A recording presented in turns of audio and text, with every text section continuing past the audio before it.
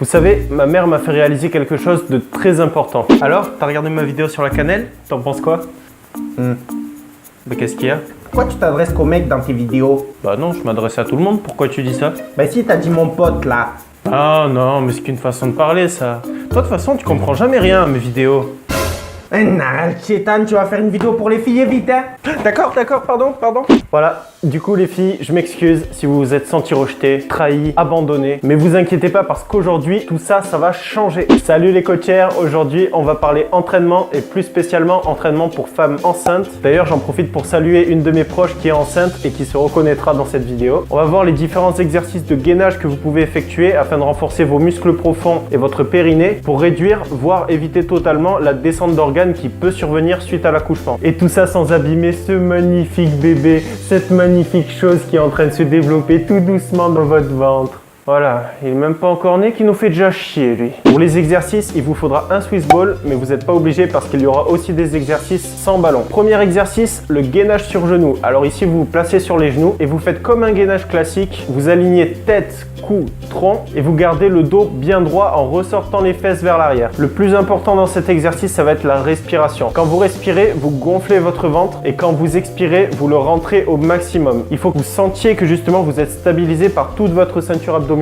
Donc concentrez-vous surtout sur la respiration et sur les sensations au niveau des abdominaux. Deuxième exercice, c'est une variante du premier exercice. Il faut juste lever un bras ou une jambe ou alors les deux en même temps si vous êtes assez expérimenté, assez forte dans le domaine. Mais n'oubliez surtout pas de toujours garder le dos bien droit, les fesses sorties et de rester bien aligné comme tout à l'heure en faisant bien attention à la respiration. On respire, on gonfle le ventre, on expire, on rentre le ventre au maximum. On doit sentir les abdominaux qui sont contractés et on doit se sentir bien stabilisé. Troisième exercice, ici on va faire des crunchs sur ballon. Vous pouvez aussi le faire au sol si vous n'avez pas de ballon. Les mains derrière la tête et vous respirez toujours pareil en gonflant le ventre. Et quand vous expirez, vous allez rentrer le ventre au maximum. Quand vous vous sentez prête, alors vous pouvez passer au niveau supérieur, c'est-à-dire de se relever légèrement. Et là, vous restez en isométrique, vous restez statique 10 cm plus haut que la première position. Quatrième exercice, vous pouvez le faire avec le Swiss ball ou avec une chaise. Vous vous mettez à genoux et vous tendez les bras loin devant vous en rentrant la tête et en regardant le sol. Vous alignez bien les bras, la tête, le cou et le tronc et vous allez essayer de vous équilibrer toujours avec la force des abdominaux en rentrant le ventre lorsqu'on expire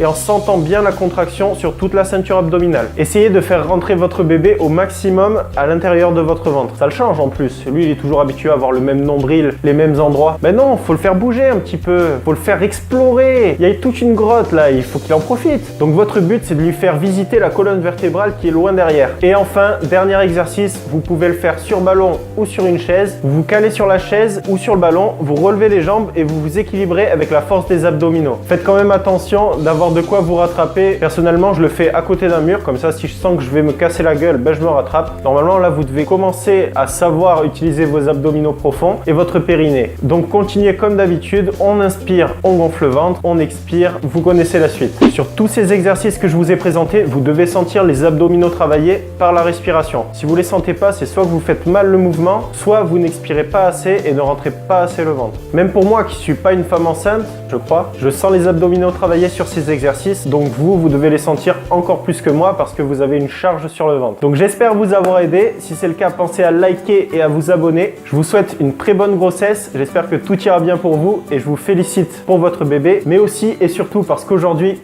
vous vous êtes repris en main.